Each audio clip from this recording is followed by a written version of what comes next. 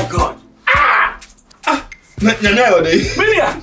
Oh, Bumi. One never be bring Nayaka. Says I saw Thomas, no, almost at all before.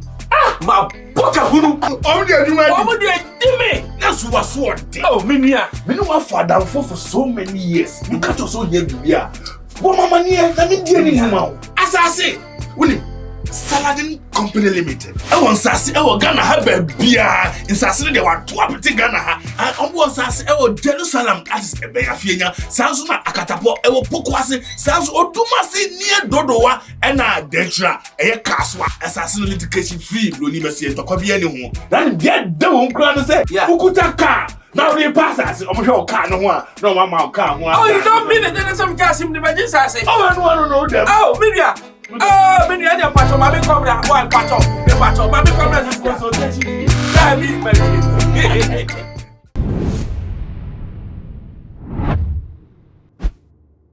Thank you.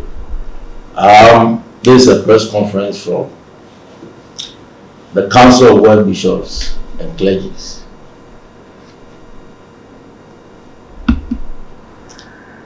We have titled our press conference here as the grand scheme of Agradaa, the fetish priestess. We therefore welcome you all, ladies and gentlemen of the press. It has become necessary at this time to have this press conference in order to address certain pertinent issues bordering on the ordination and elevation of Agradaa. We have here 5 itemized things we want to talk about. So first, we want to categorically and emphatically state without any equivocation that we do not by any means a stretch of the imagination either hate or envy Agradaa personally. We only due attention to a character that does not warrant assumption of the purported elevation due to be invested and approved publicly. We did not, in our previous letter, ever state or imply closure of a church. The character of publicly ridiculing people she ever duped when in active fetish practice dubbed Sikaggari on a national television station leaves much to be desired as a Christian, and much more one due to be elevated. She did not show any iota of remorse, broken heart, and repentance for her evil deeds, but boasted of her riches gotten out of such scam. This act and behavior of hers evoked great amounts of pain and anger from her victims. And we've quoted here 1 Peter chapter 4, 1 to 9. Sorry, 1 to 3. 1 Peter chapter 4, 1 to 3. Secondly, her flare of and for insulting people publicly unashamed with profane or vulgar or indecent words without any restraint is completely opposed to the sacred priesthood office and becoming unbearable. The Bible is explicit on this in Ephesians chapter 4 and the verse 31. Quote, Let all bitterness and wrath and anger and clamor and evil speaking be put away from you with all malice. Unquote. Then 1 Corinthians 15:33 says, quote, be not deceived, be not deceived. Evil communications corrupt good manners. Unquote. And this uncouth behavior of hers is desecrating the office of the priesthood, and she does not need the purported public approval of elevation for now. For her character is completely at variance with criteria stipulated in the Bible for the assumption of the priesthood and an overseer. 1 Peter chapter 2, 21-23. Thirdly, the Church of God has a culture of taking members through a cycle of discipleship training in order to get out things contrary to holy living from converts. Hence, being under mature Christian leaders who will teach, train, mentor, coach, and father a member so as to fulfill God's injunction as found in 2 Timothy chapter 2 and verse 2 quotes. And the things that you have heard from me among many witnesses, commit these to faithful men who will be able to teach others also. Unquote. She did not go through these principles, and she cannot script any new order of assuming the priesthood office. For tolerance of this adverse order is inimical to the holy orders of ordination and sacredness of priesthood in the Church of God. She does not have any mentor for which she can boldly say he or she tutored, coached, and served a period of apprenticeship under his or her supervision.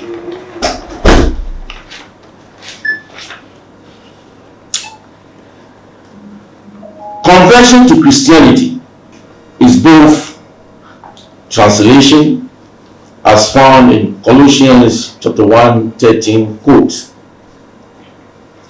who has delivered us from the power of darkness and has translated us into the kingdom of his dear Son, unquote, and transformation, as found in Romans chapter 12 and the verse 2 quote, and be ye not conformed to this world, but be ye transformed by the renewing of your mind, that ye may prove what is that good and acceptable and perfect will of God.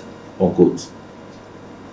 Her translation into Christianity does not end there, but must of necessity go through the discipleship training and demonstrate fruit of a transformed person. Agradaa has willfully failed the litmus test of all laid down spiritual structures for the assumption of a spiritual leader in the Church of God. 2 Corinthians chapter 4, 1 and 2.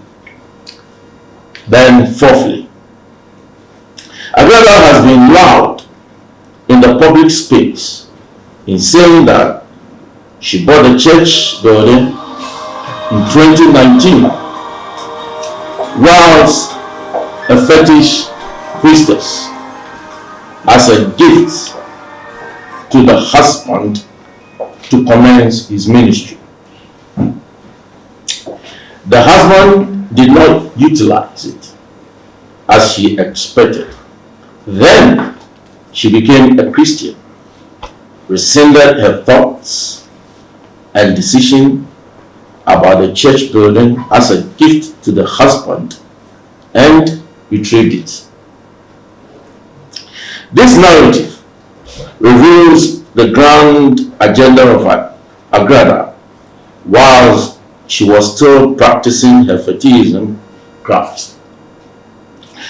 For her schemes in scamming people had become well known and was at the point of being in the grips of the law, hence her conversion into Christianity, retrieval of the church building from the husband, commenced her church in fulfilling her scheme of using the church to continue duping people.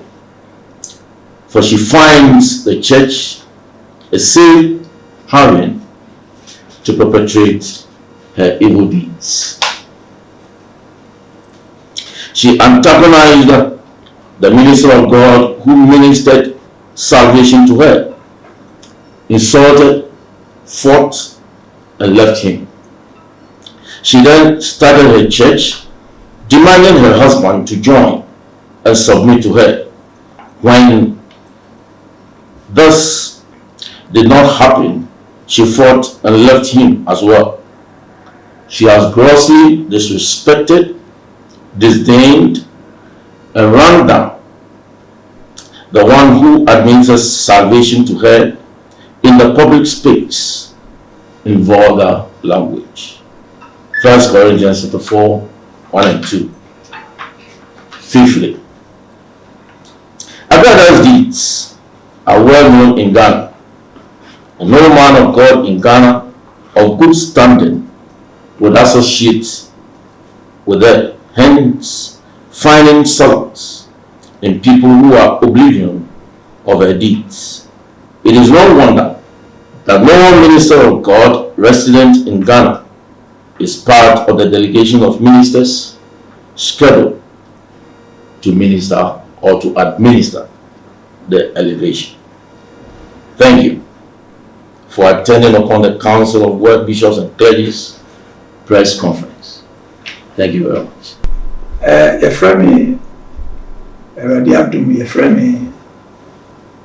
Archbishop General Abemfo Dr. Jocelyn Oforiaja. Many council no epeni na ene anopai yadi yensem etusumienu atudwa na ne krokra no ati se ebinu se yen yesi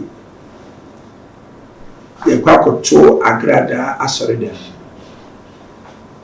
ni ni tumi de yewo emra kwaso yeni naso emno ka adwimpo no hoda yen nyina ba bi anka santa na ebinu so akase adan nanka yemfre Agradaa nanka yene no enkasa ade bi ni ho eba bisia background works ankoso eye Ghana ni ene akwese Nigeria osofo Beni dance ono akasa yamba ono akasa ono ni edin komo na ni se bi bose eba so ono ni bi din komo esa se emere bi na Agradaa ni mebi oyeya na asofo ye boyi di efam ni ade na mbekle eno frame efi Nigeria eno ba Ghana so say I'm find the Agradaa ye menana na onim adwuma nti me fetchen na the medito the Facebook page na osreme binyi e be kure o ba be se ba de na onye wan se na de I'm say waka mate because enye nipa na ene no daily and isuban nti me kopulu nda obeda masia aba so de beba me nchen na matete nam si dabi enye me no nam be so e no sakrai na wa for say nature dia ene titi no na ma 5 years na say unu say as I already suffer you need 5 years training at least and so aka one person won dey no say am say baby ene nye eno say ja waka mate yeah waka dey behwe aye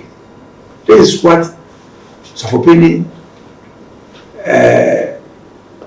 Benny dancing ekashe afi mi ti ni je mu say yes me say Agradaa no Obano on Sakrai Ibim enyame na make say on Sakrai ono na order ni suba di say on Sakrai it is any watch examination no one fail you teacher meeting general meeting what set questions na you answer it according as it is. You don't answer examination questions in your own way. Your lecturer will fail you when you're not sure. And you know, me na baby akasa Agradaa ni suban. Ono na wade ni suban ni na. Ya mana we are sifuni na ya was Agradaa so na baby no. Ono Kristo ni. On sachraye. No one by your suffer. And it's in the move who say the movement now what here of an Agradaa movement. I want and yet or Kasa Etsy any idea. No, also the Kasa and more empty like Kasa penny or Christian going to need Campos or Camposo. Nina just be say on such day. Ti one who did the cheer, what say King Abutre, one more also in Abutre. One more say, yet, no, one yet, no. The Bible has given us the right. So you better share the policy. Let me actually say, a swab upon us, a swab bonnet. Into the press conference, my friend, I didn't know. The tougher, no. Say, only a dreadful fly. A day and a better all such a no lock for or got tall as so that so the medical. I don't know as so that the finicalism. What's the rest of the machine? Or any good. I was in the dignity. How possible so be a ways that I enjoy? Now, we go so as of watch on million now leader. It's unimaginable. How will God do that? How? If that be now an impression a critic so for dear and I saw it there will be a check with the other year and yet the correct time. Yen the Council of World Bishops every year all our affiliate clergy and other ministerial organization in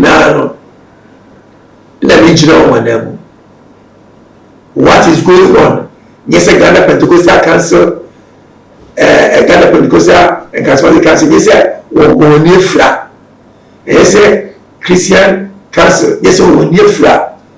And yes, Catholic Conference, a Catholic Bishop Committee. Yes, we near flat. And yes, none for any flat. Debbie, there has been underground works. Say we are looking at kasa ni asuma kasa. I say adia enyo, and adia enye say ebeyeno. Uye upejano abasa do banioti. Ti mo biya fa no fra asofoku mo bi afa no emfra asofo so oya ade ese hwe Ghana for asofo the patrol mo single no out man mo fire fra isanse asofodie ene asofo ya ti ye ho ibedi sofo ye 10 years ago ye 20 years ago ye 30 years ago our track record is there and any about out or say no you suba bia enye bia no on the country ebi say some members ni bi ha why ya dia enye maybe bia no ya dia enya ya eni begina ya no kasa o kokwa no tie ye ojaye no one point out to say and where we say no say we say the council has the authority to suspend their ministerial licenses and then their churches because we are only here and yes so keke one sorry near dinner no over council no your legal committee your committee for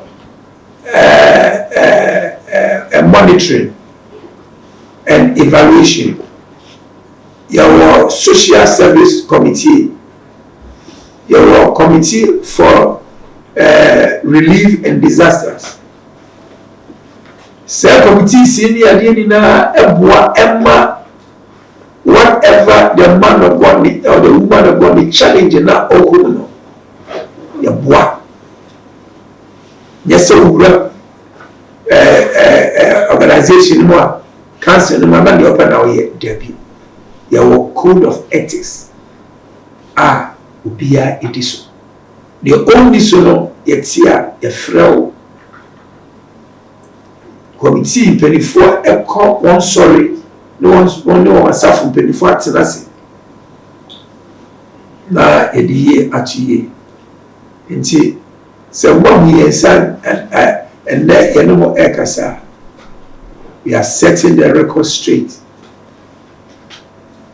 so be na sorry and na ya odin le bi say so ye bishop e more we are public no and ye nemo ekasa say mo hwe say the oil papa more pointing out but obi an ba mo fire emfra eradisham say and that my kwai etin mu kasaye ewo bia oti ye bia amen as a Christopher ye ni ye ene ye ana mutuo entisa okay say you 2 million crown entisa so as I say onipane eyen Romans chapter 12 the last verse also overcome evil with good tie 2 ye Bible no HSL utu bakonofo na wentia disassociate yourself from the person same Bible you live free sanity anything that person public and so tell is there so all corner sorry what are you going to learn because leadership is by example and you say tie masem na nhwe bisuba dem so for the entity so for dia papa no in the proposal no e dey hand by no enye duli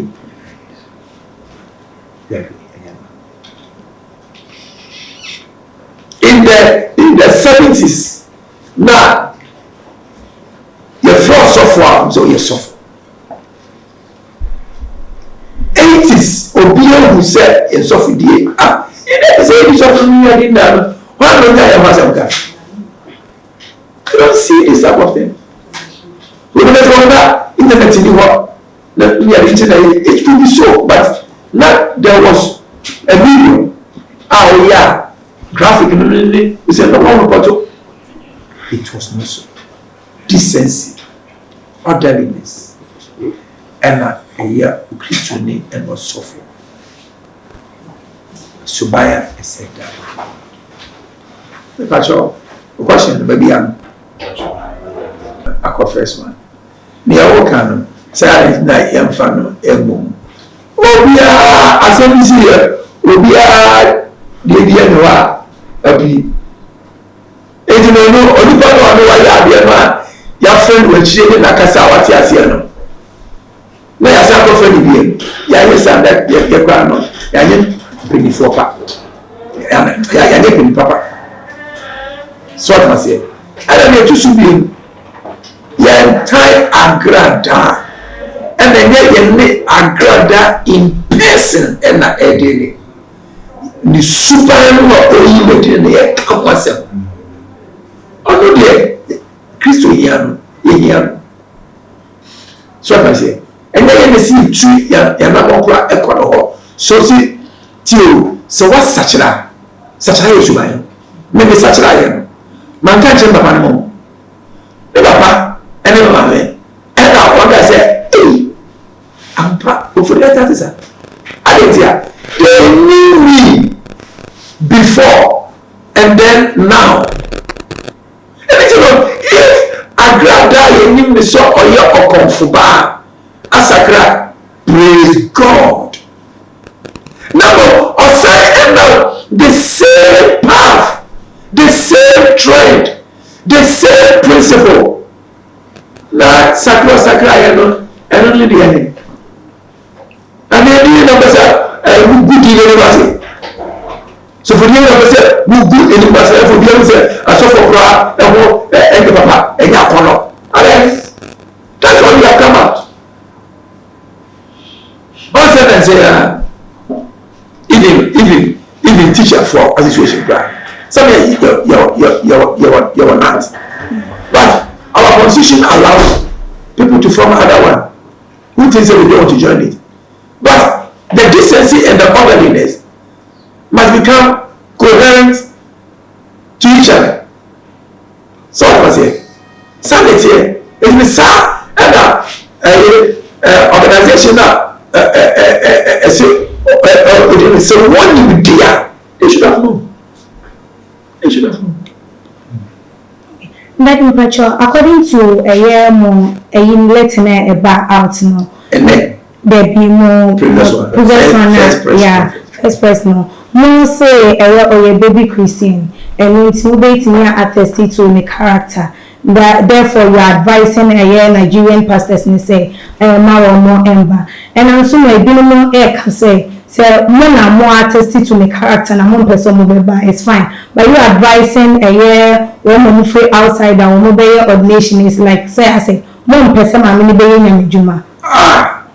Beba. Oh we akokwa neniapo. Enti kromani efie nipa e no beba. Oh na ya wose. Ho na ya wo efun aworu yenkuno we aworu se ba e ba fine aworu se na nani awo wo pene sa wase me pene sa waka wase baby anything no wo wa e ba nti Ghana ha ti am ga tell you me over America me wo ministry of federal ministerial lances you can't go to America and ordain anybody when you are gazetted at the federal state. No, it's not possible. Your signature will not be authorized. So what I say, Ghana has said, we are gazetted.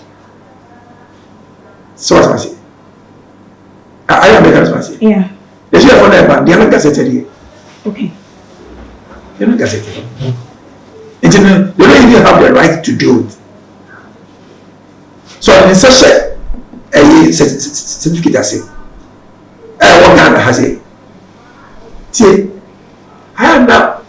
I never find more and more person. They say, "What's why international?" I was having to ask yourself, what what somebody saying international as anything? As anything. so international. Papa, yeah, Otuhoi. Apostle General elect.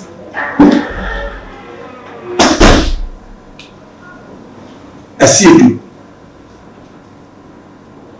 Oh yeah, Ghana ni oh yeah Canadian citizen.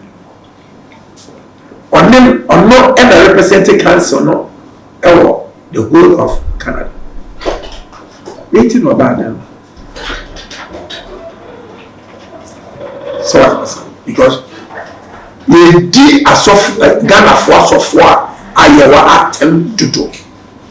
Ye did me instantly 18 attempt say what it one when so will be to me carry when you channel there be a say chill on send it in general the wire no but be away the patchoing the patcho question in the heart the Council of World Bishops and Clergies in 4 and now the other affiliate churches organization World Council of Christian Churches USC headquarters Pentecostal Assembly of Clergy Council USC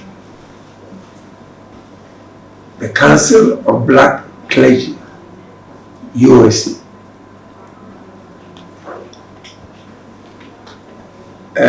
Ethos Church Council United Kingdom by permission Ghana Pentecostal and Charismatic Council Christian Council, the Catholic Bishop Conference, and then what Kasha said, none of them support the behavior because Ura Sanka or your better the software and I want to call that on Sanka or assumption brother. Anka credential board affirm our attire did that. Sanka or presbyer anka near question who is a gating question. Sanka or baptist who is a near question gating question. It's that individual not a tear sorry. So an individual person to know. We better know what credential they are. Office will be as a who a Abra no osieso oyo okonfo one for training akonfo year the 1 year there akonfo 2 years there akonfo when a society so why are we trying to play a blind role say in who send your oil and it's a patcho masem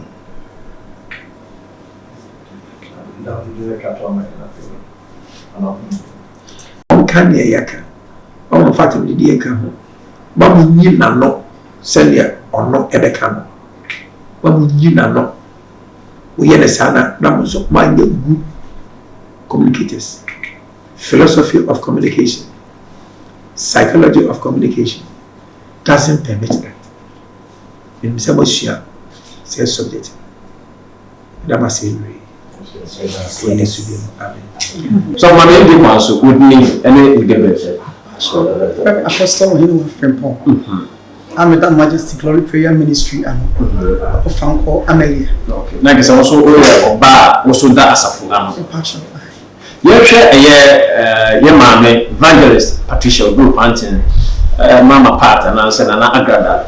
Because in some degree the echo so much money also I find on the fact said they also then how power and you man in the new year or done you. Papa, me sure. So I shall follow T for 8 years. You claim the meaning you and I will gun and whom the echoes. Now, in some man, I was a suit, you and your bomb pies in a bed. The shan women. One day, it's sorry, yes, in your bands was such. At times, in number of us, myself. Okay, with me to make talk about some of you. Many a day is worship. Tea about some many G was being a fire mistake. Revelation women. The Bible says we were for Christo, I about you before the mother in action in your life. May Obama this of war 15 years in it. It's a me 8 years. That ordaining me 5 years in. I am apostle. Your shank of war. Your boy who want to anybody bring me. I say, Uber, I suffer. Sorry that I put this one as a picture. That's what be anti and I'm saying, a young man, a good. Na me papa aye archbishop for ata obin for slazer papa no what me friend us mama hino wa isra say aye na okwabontin akasa ahwe no ge kasa yi and say papa that you hear us me follow pa ubodi wana mission papa aye no credit because media no ye ade aye wi asi nyina ti wonu kasa de wo kan wa ya dachi nchiuma ti afa nyama yakoso no ano den na papa de meka nyina say ya papa no asofo watete wo ne asem ketwa watete yen enno se yenye basabasa no wi asesa ya de boni a epie papa be nyeden se papa sa wuti se o bonti bebre na ya dia wonye basabasa wo de steady gana se na asofo a wo de boni be pie adi de mi bia na ni secret papa no wonye bibia ya boni nti na wo se di yen den I number be so man be people from Agradaa. Because na papa say we hona yantin nkan. E chese wa branding ho. Nti nya obi a wo ba out be na chese wo ye ni pakisi e. Ni pe bia Christo sum na sum yes Christo be that example. E ya ho brasie odo eligie papa ye. E papa ya ke obeti na ni so so papa. Obeti on hina wa. Obeti otia. Nti die mama ye no.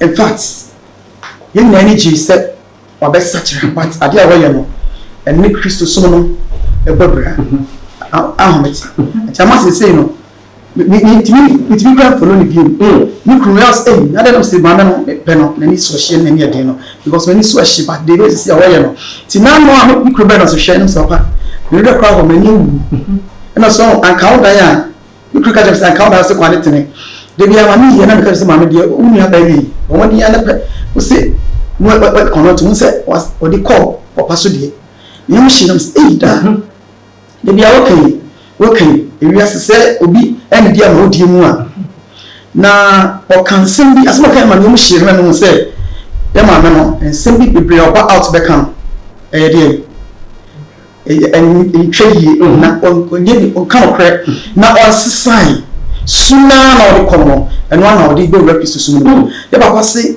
se oye praise me nyanke e be retardie oye baptist nyanke be retardie we roman nyanke be retardie ne sunu papa ana sem sofo sem ya de bonya papa be frame straight aka chere se wo hina wa be sa na osu bi eti no mama no we need pa kunko crowd matete no na omo tete no because me e be dey say wo se me babontin e hwe nkofo omo a omo obi ni e hwe omo che se eni ma ye no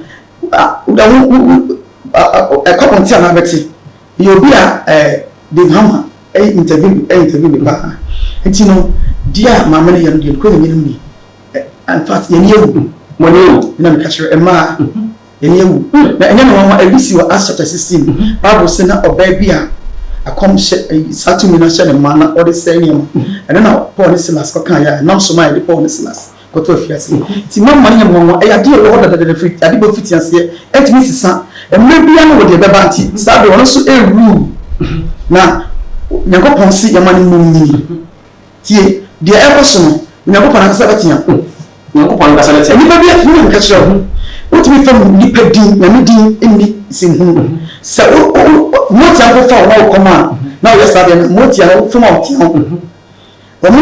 Suma akom tuma ya basio bofo ya basio na sa wodi adwuma na principle mra ti sa wo fema ho tiam eti we se onya bopon so wa frena we bi etimi ya dan en ka se o mane fanya bopon ne mum nyankopon na ka se tam so na me be dem e betia amafo ka se na so dan wo kuka so dan wo to ye wo saje mu kama kama mu hire no kwa no ene se de amabu wo hye mu se ma amabu o tia ko no ba sa ni ti ba le se ko se se kwa yes me Baba Sia as da mapije siwa 3 years mbejiru and because say yamfa we mabanti me enye sa no na dan na de nyame asaf ekuro a obi agidi papa won dina wonana o papa wonana na kanso a o muji tu se onyankopon edi hini wo oman yimre nti wonana sebe so beti kwasa na na konfo a wo wi a the professor for many questions.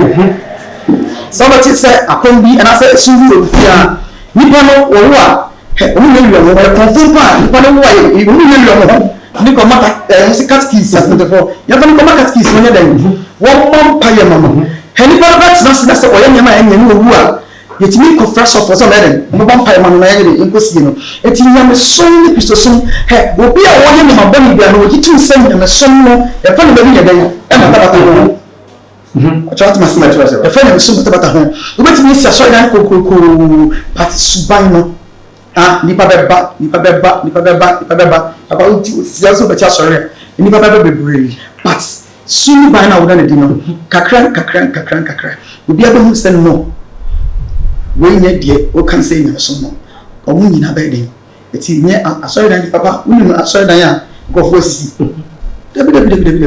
A Juma, a super. Okay. Eti na ka se asof mamefo amoda asafo no nyame bi ni adwuma no se le nana gada kwan wo fa so mo mane ne ho kra papa nkwenye nye ho onyankopon kasampo o pelisa no na kwan no so na afa mami ya wo de mi le na wo ne na no wo ne fe wa wo usuba bone nyankopon fe wa wo ne usuba bone ati ase ti obi ti ma sori akotena atwa manti sabon pa ya se nyankopon fe nyame frewa suba boni bia woye e wona wotena se na ohun kwa twonum asem na onya papa mu bia wotetew se mame dabi suba wa woda na di onta de hyem mpo mpa wa hyem bia yemu no se ehun se we sofo na nyame frewa na wo se ya emoa ti wona wotena se me pese me bu nyame ni mose ti me fa sa suba wo yede mi su many din so hye no but Christo be frɛ no many so hye many din but ye nyeme bia ebe gu nyame ni masem bia ka se we no so yede we sofo ese e ko ma twene be wie no e say me mo akwaba e de eba ye kasa fidie eso meje wo so me ba eye demonstration a ekọ so ne ennenso so eye archbishop ne petition a osanso so e de ababeto eye abonten na wo release eye president so de account say na wo hu enioma se ebekọ e de amamo niedi kan mechia otiefo ni na ene ahwefo ni na midin the Reverend Mrs. Patience Mensa Ghana need Ghana ekuo no me ana meda wo mo ano na mani age pai ekuo ni na in fact ni age nim se Ghana fo dodo na so eni age sebi ekuo ni sorry eni nim sanka yenko a ne ye den ye fight etia mame Agradaa na so ehun se mpanyifo no so eni edi nia ekoso nachi nti enne yen papa Archbishop General ofori at a press conference a wo mo eye no ne mpanyifo ni na eye no in fact yeni age pai yeni age pai Council of World Bishop and Clergy for yedamase pa na ebeko a long way e de amayen because say no yehun se nya Ghana need Ghana fo nko a na ekon okono yenya mpanyifo bi aba be ka ye ho na Jezebel bi asore ewo yen so Osha yen papa Archbishop General Oforiata statement a wodi kan e release ye no wo bo the character of Jezebel say ye maame e possess the character of Jezebel sabi obi ka se obi e Jezebel ana say ni suba woda ne di e Jezebel suban ne ya na wondi na tem esan se ye na ye nim Patricia Wodro Cranton ni subane ni ya what dine di sana 1 Kings chapter 19 from verse 1 to 3 akano Jezebel wo bi a won pese asofo be hye ne so won pese wo bibia be controlling no wo pese wonu mom ebre asofo a efi nyame ho no wono pese wo bre o mase nti Elijah fo a enne o ma sori se wo be ko atia se Jezebel no Jezebel abehunahuna wo moma enne womu na eyeden esuo nanso yen papa no mo a womu free council of world bishop and clergy there wo ma kire se ampa womu ndwane o won be kokon no akosi awieye enti maame ne de yen ka se ye to na asori mu yen ka se yen to na asori mu ana afenso obi eni ho a what time maame Patricia Wodro Cranton nanso edua na ba no wudi behu dua kro wo mu bo ni suban ne ye ni su bebre e wo mu statement mo ni edikan ekwan amami efa so kra eto nsa efre asofo kukudam e wo ye man mu ha no entwe yie ministerial ethics mu ne enye sanetie impo wo hye ye wedding yi ni ye ceremony say ye organize ni ye to nsa fre obi a wo gina o platform so ento nsa mfre obi wo ye invitation card kama no one nanti akonipa na so ye e de letter na eden akoma na invitation akoma no ba hwe se na mami fa so eto nsa fra so fo akukudam entwe ye nkyire wobuo afenso wo de en papa Reverend Dr. Wosu Bempesi na ni so de bia wodi natem wodi a police fo atem wodi IGP atem Yera Mahama o mampanyi dada Mahama kra wodi natem pen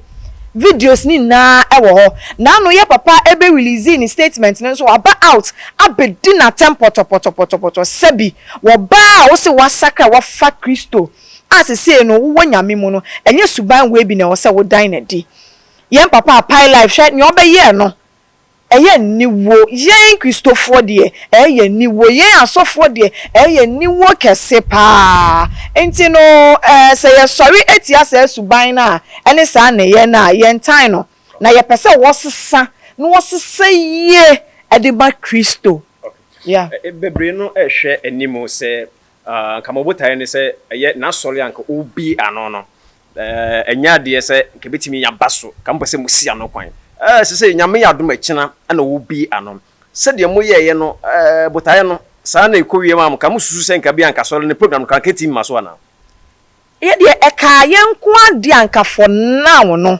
anka so ni bi enu won twentwen so in a sense that entity ya was say wonya ansa na we lead edom no wonya sa entity ye ne ye enti ekame nko ade anka ne bie ne de anka entwentwen so na yemfa no empanyifo mfa ne fantity yemu encheche ne niema bebre ne so ansa na watumi ayeden akodi edom no ano nanso esanse mepe enye empanyifo penti eye process ye demonstration no aso ban faso eye process ya shase efi baby ye gusua ayeden etu ya na monam nim se ye bedru ho Dano bedroom. Okay. Yeah. Not just that was a year on the more 26th no. July. Mo year a year demonstration. Mo de share a year day our year so said ye be yanka 1 year sorry ana.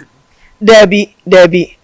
Enye nunti ne share sa date no. Debbie enye na sorry ni bie no ho kra nti ana se days or day sorry na enye nunti ana ye share sa date no. Bebre ka se ekoba se ade achi na sorry bie no.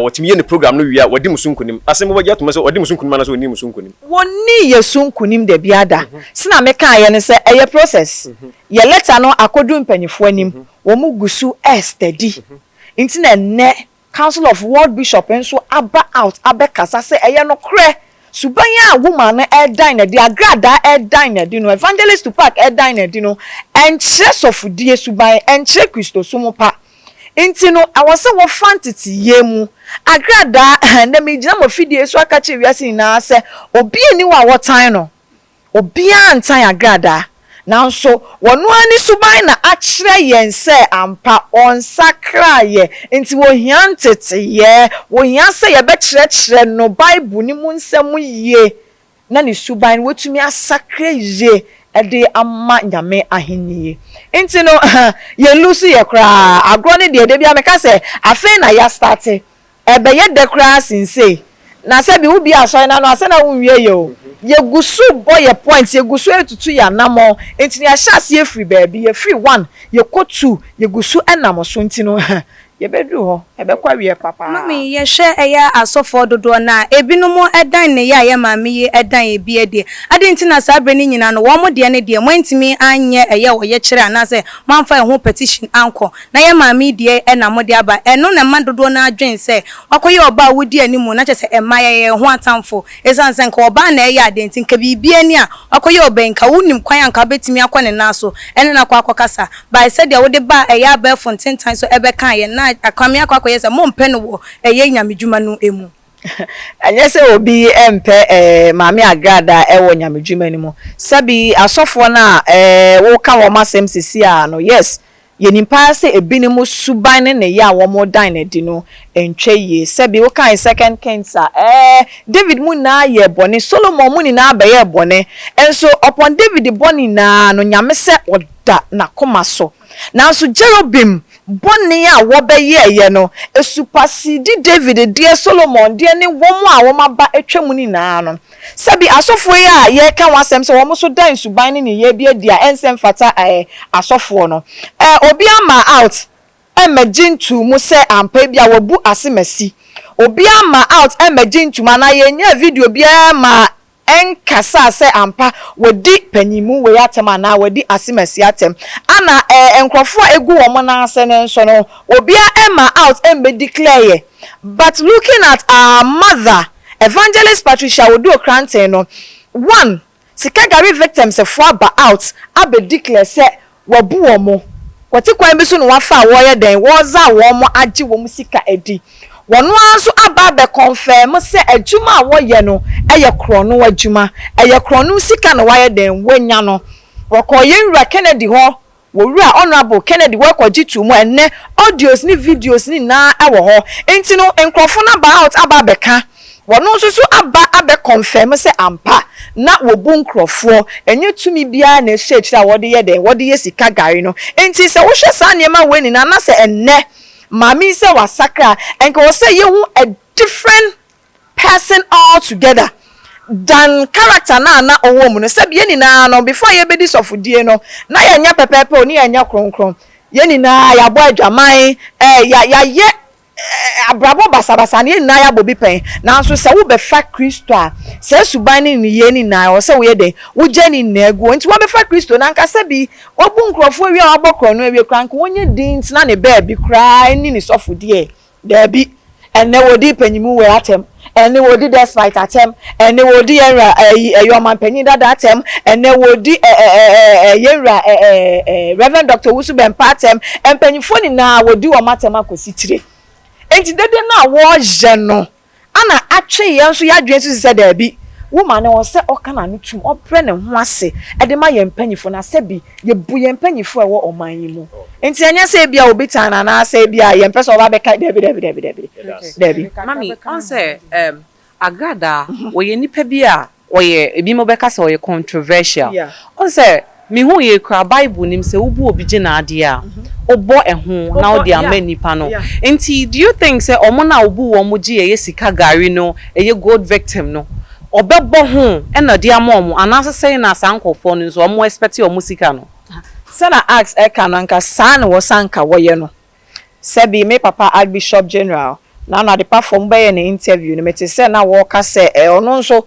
na loto numbers ni ade no ono so we bi pa na se wa ba Kristo mu na wo bam mu no emretia wa mu no wo de mu na sika ekoma wo mu enti se wo mmo ho kra mfa mmo mu a sika na wo gye ye no sanka o returning na but emre bi wo hyase na wo tuetue bi kakra yenra honorable Kennedy office wo hyase a no wo tuetue bi but when training na enwi nti wo sanka emre mu ne de anka wo tumi eden etwetwe obi sika ede ema na hu sampa wa sakra obi nso kra be ka se ebia asofofo no de o man convert from ebia konfusemu obi question aya most at times aya na omo say any mo ye interview omo bizane say why are we always attacking Agradaa purposely because of say there are so many pastors said the inu aba ne kan e my way mu a omo portray Agradaa character ni bi by attack e wo mo ye demonstration. Would you say Agradaa converted from a confusem ni mu inti na ye ni say na na? Menka say no nti. Sabi recently yes started a demonstration who the robono media microphone bi interview akonfo se mekaya am se be 3 na so far me ma show mo interview wo mu ni na dance a wo mu di ni nya dance papa efa mama Agradaa grandpapa was say Agradaa kra tama na wo kom no kra no oyanim guase de ma akonfo e wo Ghana enti wutmu se ne suban no enye no what shas ya cha confirm miensa na ye yomo interview ni na wo bie ni wa wo ka bibi papa efa Agradaa ho wo mu na sisu pise Agradaa on sakraye enti sa confirm kra na wo ni omokra ekomon kra no e wo wiase kra no enka se papa mfa ho a na ye beka bibi papa fa ho suban wo dan na di na enye obi na ebeka se asemasi nye o wo suban ene wo nante na ma wo bi ehu se da bi nia wo ye de nkyere se wasakra. You don't need to come on public to declare to the whole world say wasakra nsa na obi ehu se wasakra then na kyere I was say wo suban kyere yeah yo mami ye beda wasi. Okay, finally can be pick up only organizer I also can be just a minute never yo me da wasi bebre me chia etiefo ene ahwefo asabre omo hwe ye nyina me ma me akasa bebre na ne me pese Ghana fo nyina te ase ne se okomfo Agradaa anase evangelist Odro Cranting oya ye tamfo efesen ka wabeka Kristo ho sanse Kristo ba ye no oba de bonyefo ba enti ka ye dodo pa na emmomu no se de me ma me adi kan ne su ene ne ban sabi akomfo ekuo anase emra na okom no ne pass no na yetete no ansa obeye okomfo nya se ofitin ya na ofa podua ne o ma se obeye den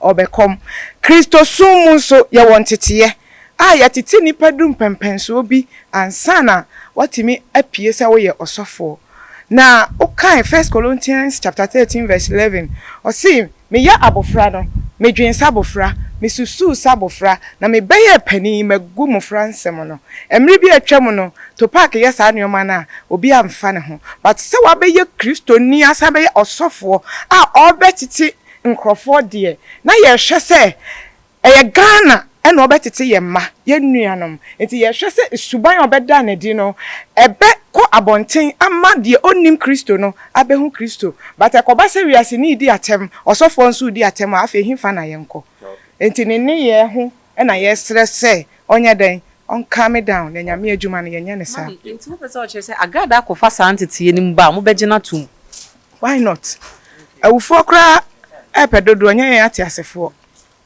na say nim say ye mama Agradaa na onye konfo ye no okwa sorry ansa na wo bewura eye akom no emu enti se wo free akom no mu no enya de se otimi de betu dwa e de ba what if say wa fantiti emu ansa na ye bo ne so e be dem ahu me do fupa emra wo ti se konfo Agradaa sachira no how many years ni na okay 1 year I think 3 months mo na wo de be ye start sorry no ya piece si a konfo Agradaa ni papa anana ni spiritual father wotete no wobetimi a kire me ana onfa metudwa ebia na no ne ye personal demand odi onfa metudwa oni bi asanka wonye obi ma ne mo nesu na ni ben ena wa ha ye bo nesu esanse Kristo de obemu a ye bebo wasu na ye de wa fantiti ye mdana obefa Kristo se wa fa no se okra dofo ne waje nkwane dana ye bo wasu na mom ye bo wasu wi a ya to ye bo ase de wa hye tetew kakra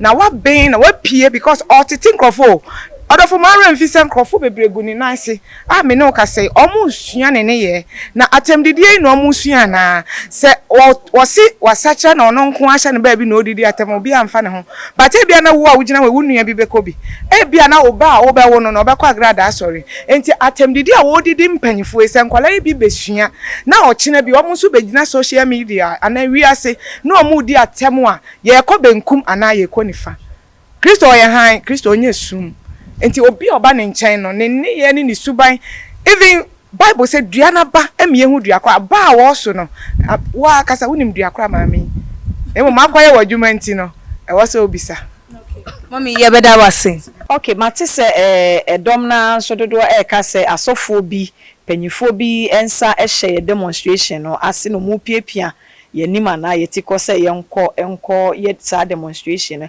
ene me pese me gina mo platform yi so e ka che Ghana fo ni wiase na se sofo bia enhye demonstration na chi because sabi sofo no he or she is not above the law sabi enye sofo no ana ema permission say enko demonstration se sofo ka se ko demonstration na akọ na se empanyifo ama okwan se kokoya na eno mfa so be na woso enti sofo bia enhye ase Archbishop General for Wiata ensa enhye demonstration yase onim wo hwe from day one onokra na minimum no omo ba ye press release ya ansana me kwa akopeke ne number afre no because minim ne ba bia yem papa Reverend Dr. Wusu Bempasu ennim wo hwe from day one because wono na nyo no na ema permission say enko demonstration onye police ni ana onye ejima police fo asoye inso no o ma permission bia say enye dey yenko demonstration o approve letter bia say yen fa enko demonstration o muna is not above the law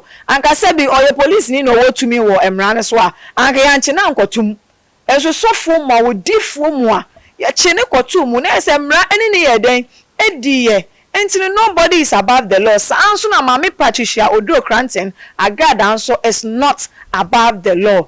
Nya enye adia enye ne enye ena ye ko ayeden etia intimidamase.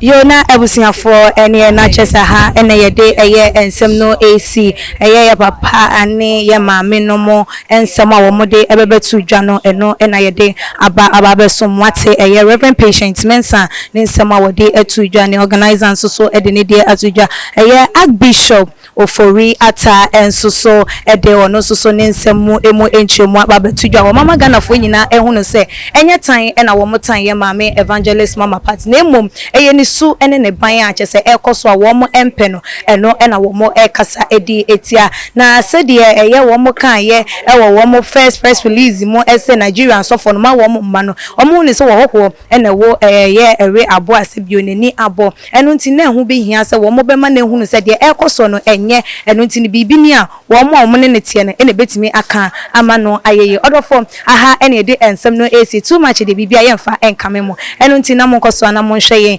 subscribe here if I like videos not share on all the social media platform no as media and equia sikapa makram ahaye Isaac Nana Obiri Yeboah Enterprise ye de kunja papa nko na ye de so ope ekunja papa bla Isaac Nana Obiri Yeboah Enterprise ye wa kunja bia wa ha kunja bia ope bia Egypt ekunja Germany ekunja Italy ekunja bia de bia onim say ye kunja papa no e ko na Isaac Nana Obiri Yeboah o de le wit o hwa kunja amesimu na wangasa okwa kunyala we Egypt enye China de ni Egypt akunga we de hwe bia no kwa se de bia nete bia papa every Egypt a de aba we ye de ma etufo bo akunga bia ope wasase we so na Obiri Yeboah nko na betuma mo China akunga pe na ye ni bi but akunga bia country bia akunga ope no ye de wo se bla na be challenge yen na be bi say akunga ope se ye ntumi enya ma wa Isaac Nana Obiri Yeboah Enterprise I want become free pipe Jansen hona usane first round second round no Isaac Nana Obiri Yeboah Furniture Enterprise ho se o pese oni Nana Obiri Yeboah dinkita ho bia fresh 0558 78 2268 and I say 0277 tie no man yi 0277 469933 ekunja bia ope no Isaac Nana Obiri Yeboah no ntunchia se ope kunya we ene ne mpa seka normal no frɛ normal no Isaac Nana Obiri Yeboah be ma we kunya we ene ne mpa ekunja bia wa ha bia ope ene ne mpa seka na Isaac Obiri Yeboah nko na ebetumi ama obi e wo Ghana ha